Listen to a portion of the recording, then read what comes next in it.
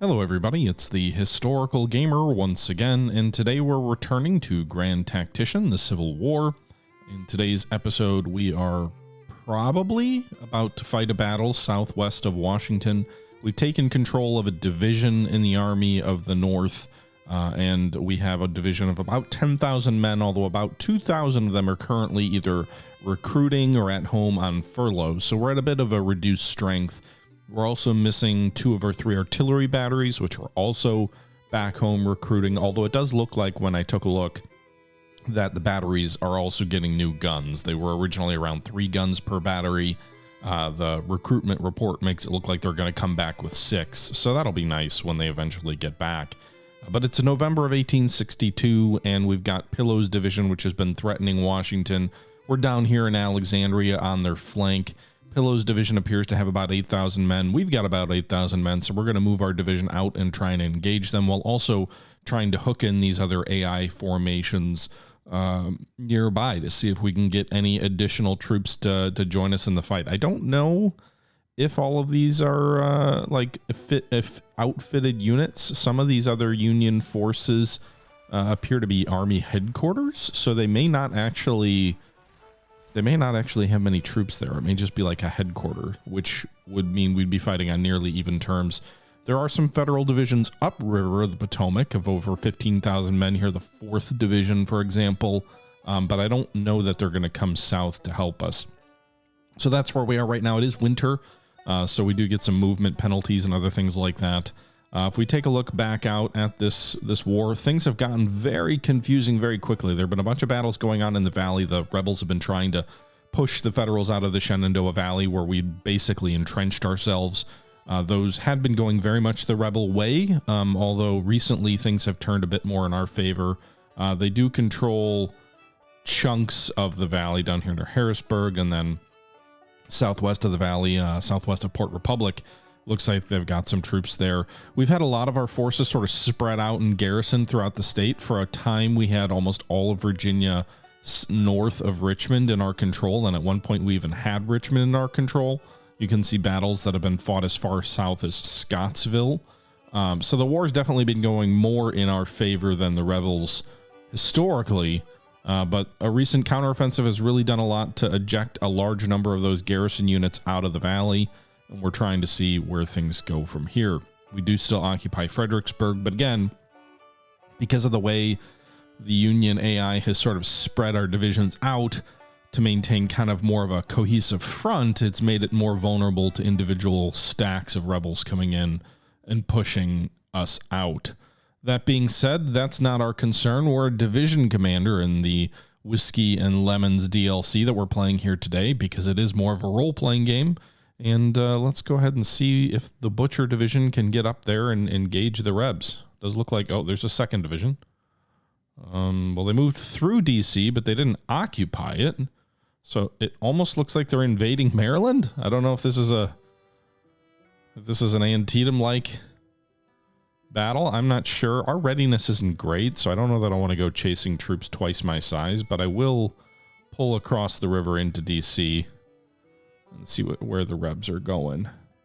Looks like we won that battle at Harper's Ferry. They're moving up toward Harper's Ferry to engage the 3rd Division here. Oh, nope, they're withdrawing further south. Okay. So that was not the climactic battle that I had kind of anticipated. I will also say the game does a decent job in battles of giving you orders for where your brigade should go, or even your division, I believe. But on the strategic map, I was hoping for more direction. Now that we're division commander, we control our force on the strategic map, but there doesn't seem to be any guidance given to me of like, hey, I want you to go here. Now, to be fair, it's not the campaigning season, so perhaps that will change soon. But right now, I have seen no indication of the game trying to get me to do anything in particular. Meanwhile, we're gambling to try and get a bit more money. I wonder if we should go join the 1st Division out here near Warrenton. Seems like there's been a lot of fighting sort of over in that area. Again, my readiness isn't great. It's not terrible, but it's not great.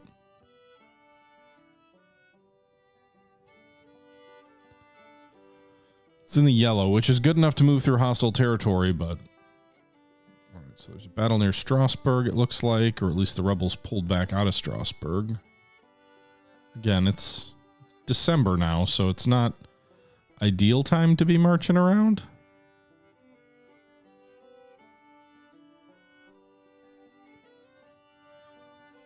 But that hasn't stopped the AI, apparently.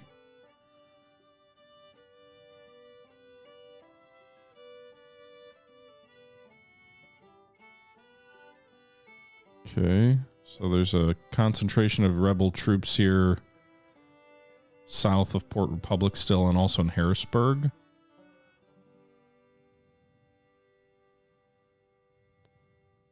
Are our troops back yet? Let's go take a look.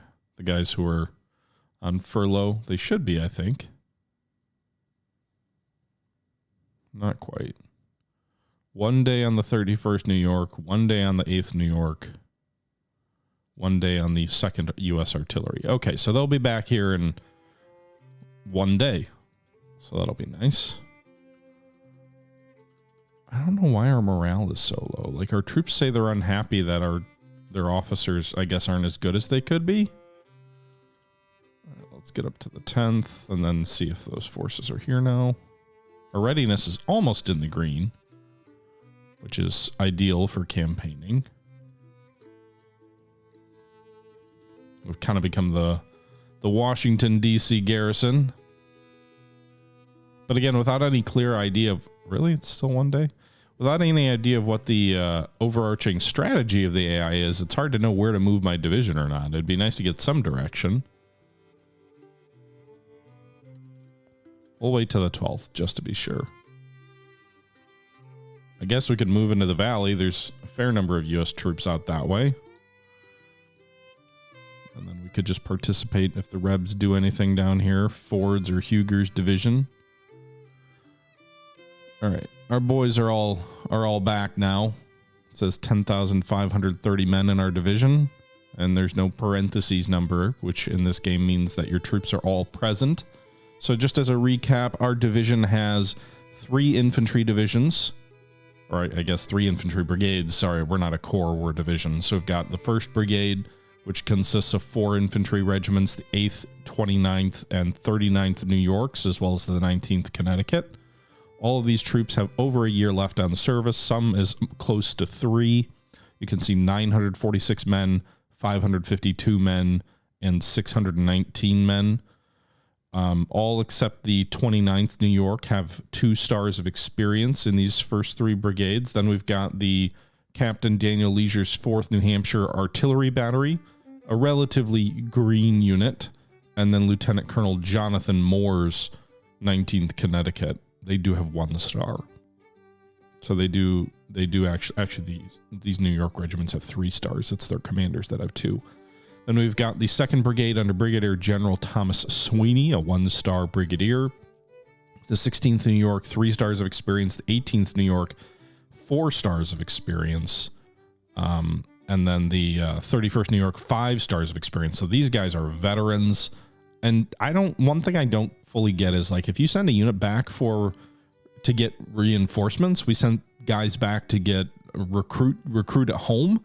They maintain their crack status despite the fact that they have 900 men now. So that might be a cheat, if you will, or a hack, if you will, to do well in this game, is take your best units and refit them at home, because it seems like when they come back, they're absolutely elite. Colonel Joseph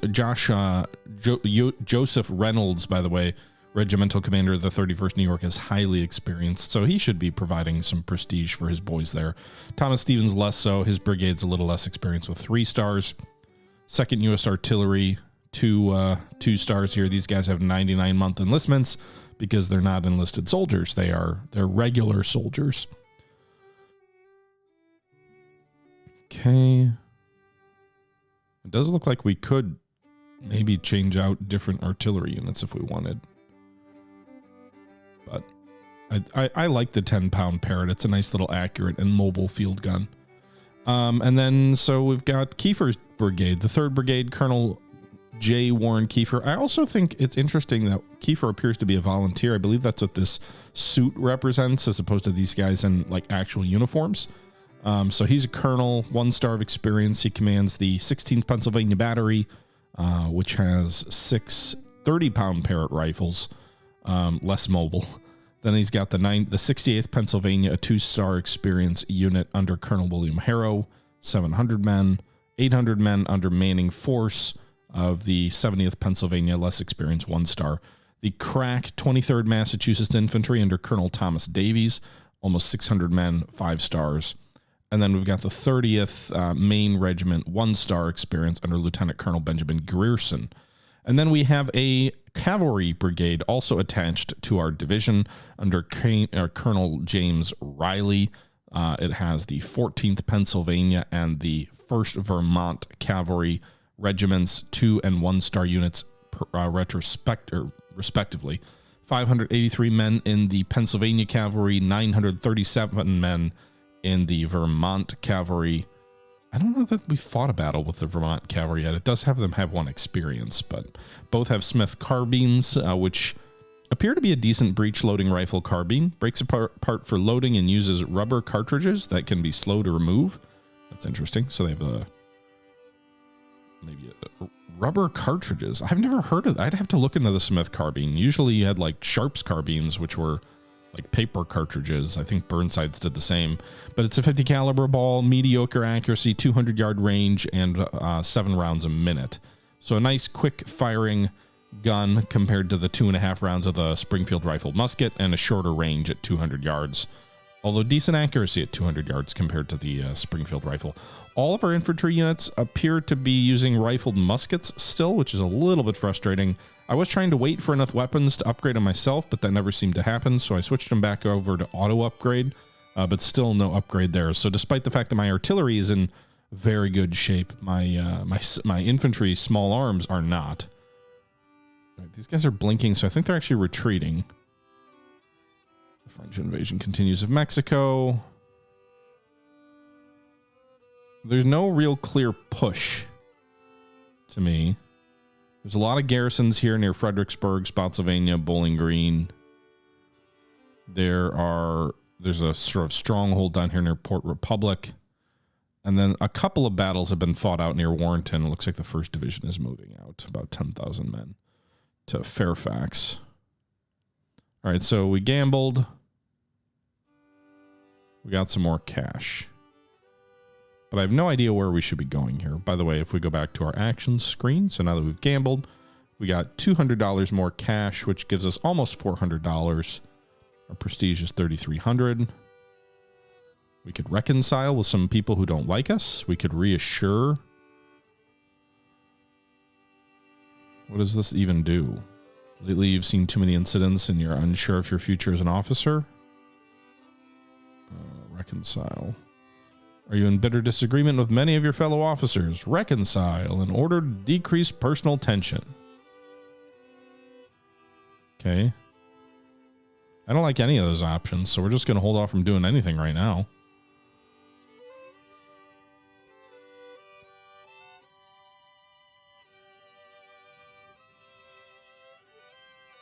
What's this? Management. Pay your friendly conforming staff officer some extra, educate your staff. This will increase staff efficiency and your administration. Meh. I don't want to spend my newly acquired money on that. Our weight is 149 pounds, so we're still fairly light. We've lost 1% of our flyweight advantage, mainly because we're just sitting in camp.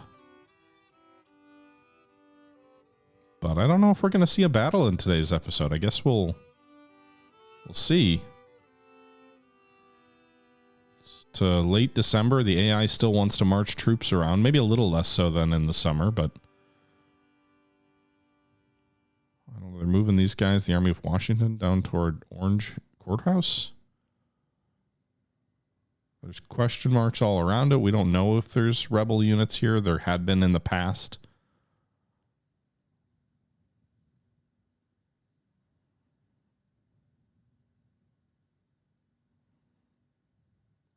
I just want to move as part of a big body of forces. I don't really want to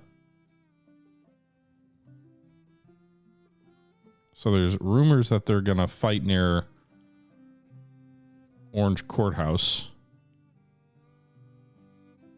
We're still getting a few of our disabled troops back as they slowly recover from their wounded status. Our readiness is into the green, so I suppose we could move somewhat quickly. Send our boys out on Christmas Day. Oh shoot, there is a large battle forming up here. Let's see if we can get down there. I doubt we'll get there in time. Let's see if we can move by rail. Maybe that'll let us get there more quickly. There are some railways along the way. No, it looks like, I don't know if they fought or if the rebels just retreated. I think they did fight. I saw some routing icons on the screen there.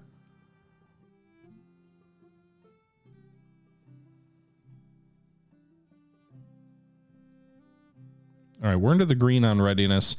I'm going to transfer my winter quarters down to Orange Courthouse. You can see our readiness is dropping. The commander of our army ordered soldiers to march southward, so I guess that's in order. So we are here. Do we have decent supply here? I don't know if there's any depots. There's a depot being constructed back here in 24 days and another one being constructed here in 34 days. Currently, it looks like our supply transits back to DC. We are on a railroad line. So we can sit here. It seems like this has been sort of the Culpeper area has been a lightning rod for a lot of movement. I don't know about a lot of rebel battles being encountered here, but concentration of several divisions back here near Warrenton. We're kind of out on an island. We got an army headquarters in the 4th Division not too far from us. Rebels are moving some troops up toward the 2nd Division over here near Port Republic, but I think the 15,000 men there will be enough to hold off what intel I saw of there being rebel troops there. Or, yeah. Lower Seaboard Theater News. Okay. I like keeping my guys on a railroad line. It helps with supply. Although our supplies are down apparently to 60%. So let's take a look here. What is this? 58%. Supply from depots plus 10.8. Local supply 24.1. Reinforced needed 2,900. I don't need 2,900. Maybe to get all my units up to 1,000 men. Supply of troops is lower by 70% due to bad weather conditions. Okay. I mean, it is January. So, yeah. Again, that's kind of why you stay in your winter quarters. We're chewing through that supply. You can see it's dropping. I'm assuming ammunition's not dropping much. It's not. It's more provisions. Though it still says we're at 100%. 2nd Division fleeing in panic. What? Maybe we should have gone over there and helped them out. So what did they all fight? They've got Lee's division. Oh, shoot. These units were larger than I thought. 12, 14,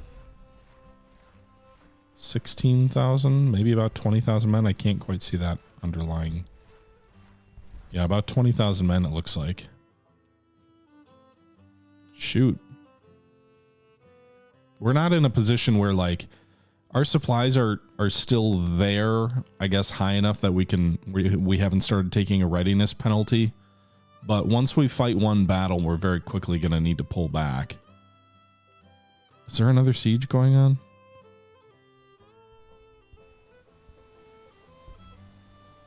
No. So they're withdrawing, suffering quite heavy rearguard casualties.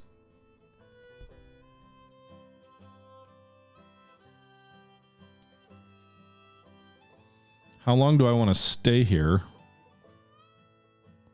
Our supplies are down to 41%. Is it really our ammunition now? Underground Railroad. All right, let's pause. Those depots are still not constructed yet, are they? So ammunition is at 88%. I don't know why. So one thing I don't get, like, what are we spending our ammunition on? Our provisions are low now, so we should probably get moving before we start getting penalized for low supply. We are building a depot here. It's still 22 days away from being ready.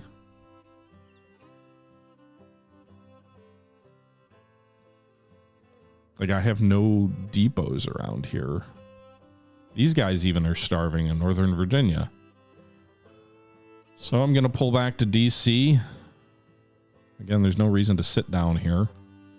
As far as I can tell, there's no battle about to be fought. Are we marching? No, we're going by rail for sure. Way too fast to be marching. So we'll go back to DC. You can see our supplies are very quickly recovering, already almost back to full. There you have it, 100% supplies. It takes a little while to trickle into the magazines of the units and provisions, but you can see those icons are rapidly charting up. So this is just a winter of malcontent, a winter of not much happening. I could probably use some prestige to build a depot to support our advance when we do advance. Even those depots that we saw being constructed, a level 1 depot is not going to be enough for like a 50,000 man army or whatever we push forward with. But it'll help. It just won't be enough to sustain things. I don't know that I've seen the AI do a great job of upgrading depots to like better size depots. Is this a level? Oh, it's a level of 3 Victory Point City. So what I don't see is where are the... Whoa. Whole bunch of battles going on the valley. Looks like the Federals won because the rebels appear to be retreating. I suppose maybe we should just move into the frickin' valley. There's a lot of armies down there. The AI army management is very... It's not very satisfying, I'll put it that way. Alright, so we're back to full readiness and full supply. Which makes me inclined to move down here to Madison Courthouse just in the event that we get another battle fought out this way. We won't be alone. A couple other large divisions down there. There's a whole bunch of rebel concentrations over here near Harrisonburg.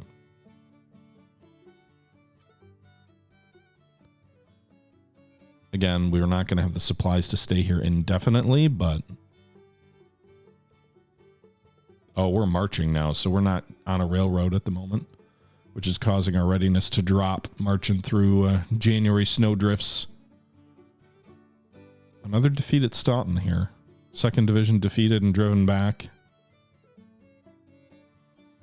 All right, we're back in our camps. Our readiness appears to be ticking up a little bit, despite consuming more supplies than we're bringing in. So that's nice. Maybe we'll get our readiness back to green before we withdraw. We jumped off the railroad at Culpeper. But yeah, the AI seems to primarily only be fighting in the Shenandoah Valley, and the rest of the fighting is not really materialized in Northern Virginia. I would assume we're going to want to go and retake Richmond to try and defeat the hearts and minds of the rebels. But this has been a bit of a... Oh, I'd say it's been a dud, but it's been a slow episode, guys. So I'm sorry for that. Hey, our supplies are going back up. The depots must have finished construction, or the weather got better. We're drawing supply from Rapidan. There's a depot down here, which is almost entirely used up. You can see it's at 10% of its stored supply. So that must be, I'm guessing when the depot was constructed, it was completely full. And now, since it's been constructed, those supplies are being sent out to us, as well as other forces nearby, and it's consuming the vast majority of the supply. You can see some of these units are still very low supplies. Although, actually, these guys are at 100%, so I don't know why we've got the starvation icon here. It looks like it's primarily due to ammo. Again, doesn't make a lot of sense, but...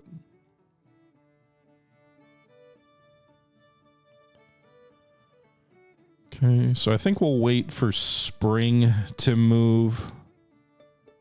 What's my inclination at this point?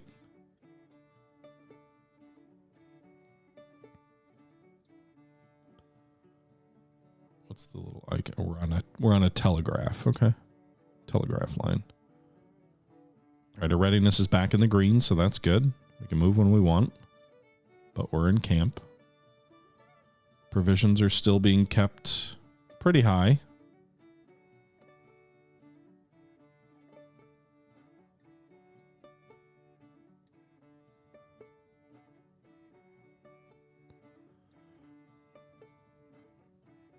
Improved self-esteem. You have a bad tendency to feel uncertain about yourself, especially in the company of other officers. Good thing you have a friend in the form of a conforming staffer who always finds a way to boost your self-esteem. Again, he knows exactly how to make you feel better about yourself by investing on more prominent military apparel, or make you feel better about yourself by investing in more prominent military apparel. Look good, do good, he says, and offers to pay half of for whatever you may choose to order from the tailor. Really? I don't have a lot of money to spend on the tailor right now, but I mean, I'm a division commander, so I could get a superb, like, Napoleonic jacket for the next campaign. A superior quality short Prussian blue cavalry jacket. Well, I'm not a cavalry officer, but that is a very cavalry looking officer or jacket.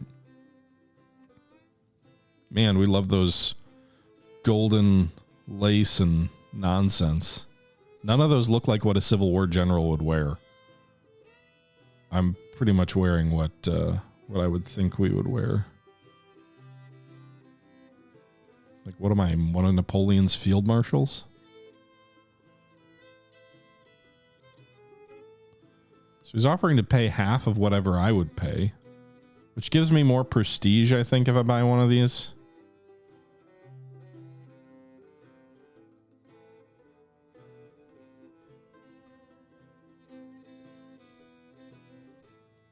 I don't have a lot of money. I'm also not really riding a super prestigious horse either. Be nice to be able to afford a cheaper horse. White horse available at Corps Command. Black Stallion available at Corps Command.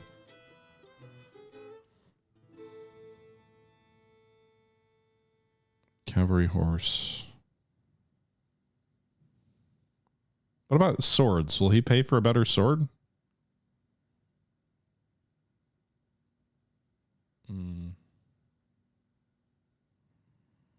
Colonel Johnson's sword. I don't know who that is. We'll keep what we have now. We have very good spyglass. It's like one of the best. And then we've got a tremendous pocket watch also. I'm just going to keep my more basic apparel. Okay, so we could use some cash to study operations, which would improve our initiative by a half star to 4. We're currently venturous, our initiative. The officer likes to see the initiative whenever it presents itself. He's quick to assess any situation to get more men moving when needed. 0.2% influence on senior officers. The commander is not able to improve his skills through service at his experience. Is already higher than the nation's military experience. Okay. So I'm assuming this gets units moving more quickly. Maybe allows me to buy other units more cheaply. Our administration is almost maxed out.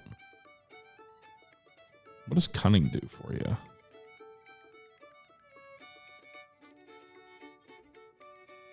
I don't really know. Study tactics. Increases cunning. Study leadership. Increases leadership. Operations increases initiative. It's a lot of money. $500. Can I raise more funds? I can use more prestige, I think, to do fundraising. Or to gamble. Oh, I can't gamble again. But I can do fundraising again. So I'd spend 200 of my 500 prestige to get 500 more dollars. Or throw a party. This will increase my 250 prestige by 250. So I can spend $200 to increase my prestige by 250. Or spend 200 prestige to increase my money by 500. I'm going to do the money one first. And then I will spend 200 of that 500 money on throwing a party, I think. So we'll do that. And we can figure out if we want to use some of that prestige to increase other things. But winter of my discontent. We're just stuck here at Madison Courthouse, not really doing anything. Hopefully the 1863 campaign will be more fulfilling than this winter campaign has been. Still, I think it's a good idea not to be marching around in the snow. We saw how quickly, just from this short march from Culpeper Courthouse to Madison Courthouse, how quickly our readiness dropped from full down to yellow. That's despite the fact that we have very good administration values. When does this expire? Does it say? Doesn't. So I think we'll lead a drive towards Staunton if other AI units will march with us. I worry with just 10,000 men, I don't have enough to defeat the Rebs all by myself, but I'll go join another fight. There isn't a clear... I mean, when the winter gets better to spring, there's some good roads out this way, but there's not a good rail line that way. Are these guys going to keep marching that way, or are they just concentrating over here? The AI now has cores, by the way, apparently. But I think we're still in a division-based army, which, again, the organizational structures of the AI in this game are not great. Near Fredericksburg, I don't see any battle going on there. Major General Stone Division are intercepting enemy units near Fredericksburg.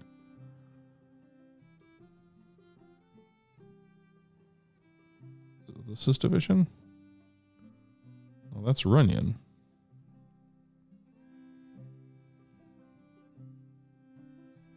Where's Stone? Down here? They're headed down toward Hanover Junction. I'm gonna go join them. Maybe something will happen here. They are in my army, so see if we can get the boys moving. Maybe get them on a railway through hostile territory. Maybe we can move more quickly.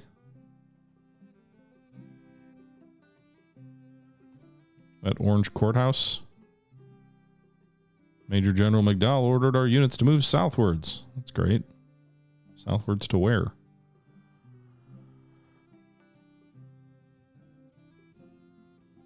Okay, we're going to go join Stone's division down near Hanover Junction. Our readiness is taking a hit.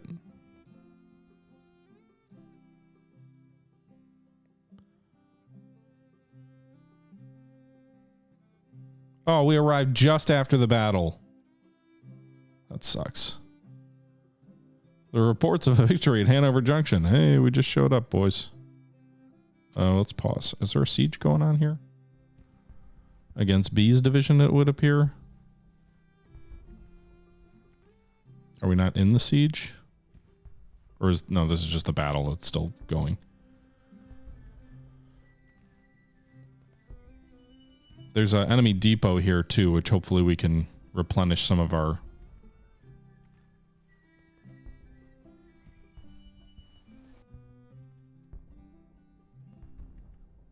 Did I get more prestige for some reason?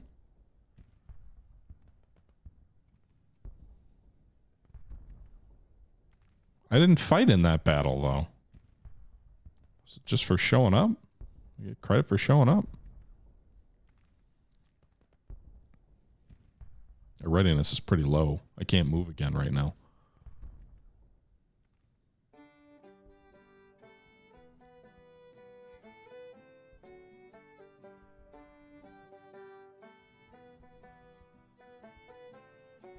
Looks like he thrashed B's division pretty good, though. Maybe we'll move on to Richmond in the spring. There is a depot right there that we just took, it looks like.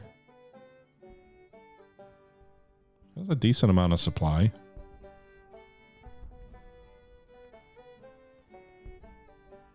Yep, our supplies are back to 100%. Hopefully our readiness will tick up before spring movement really gets going.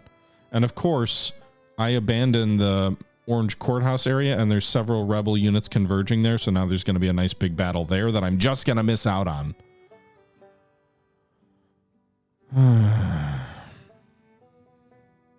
And I don't have the readiness to move back to fight there again. Damn it. I just should have stayed put. And we might have made a difference too. It looks like the federal units are retreating. Or maybe not. I can't tell. There's definitely fighting going on. All in the valley too. Look at all these rebel flags here. Maybe we'll go down and take Richmond all by herself. B's division was only 2,500 men.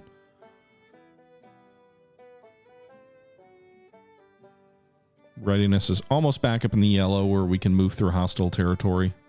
Yep, a glorious victory at Madison Courthouse that we did not participate in because we moved our division. I suppose it's possible that battle wouldn't have been fought at all if we had stayed in place. The rebels may not have wanted to attack us. But there sure is a lot of movement in the southern end of the valley.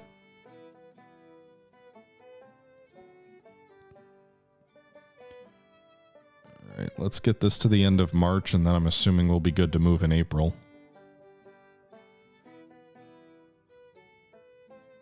Readiness is low.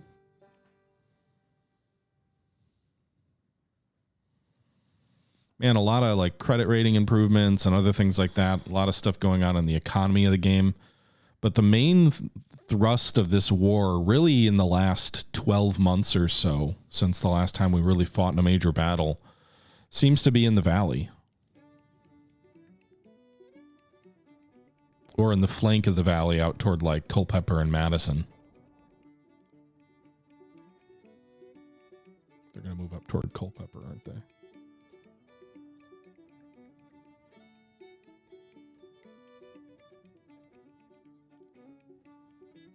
I'm just trying to see where to position our troops. Again, maybe moving down and taking Richmond isn't a bad idea. The only thing I see in front of us is a 2,000 man division. We've got 11,000 men with us. We've also got Stone's division at least close enough that maybe the AI would march them to our aid. We're drawing provisions from 2 different depots at the moment. And our replenishments are up to 11,000 men.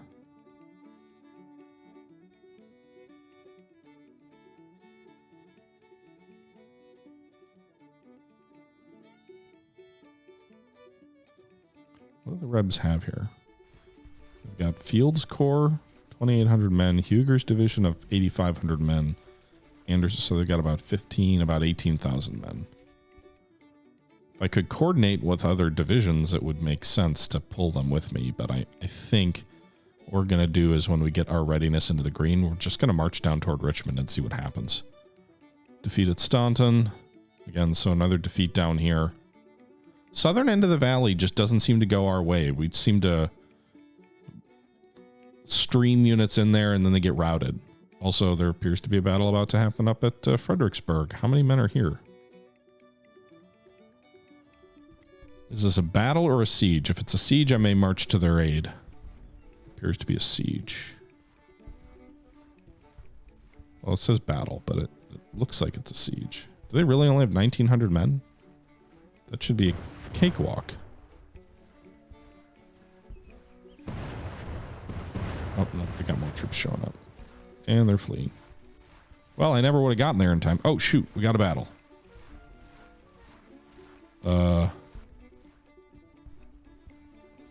15,000 rebels are coming at us. Our division is on the field with 11,000 men. And then there's 6,000 men of the 1st Division of Stone's division. I believe that's Stone. So Stone will be in command, not us. He outranks us, I guess. Obviously, he's a major general.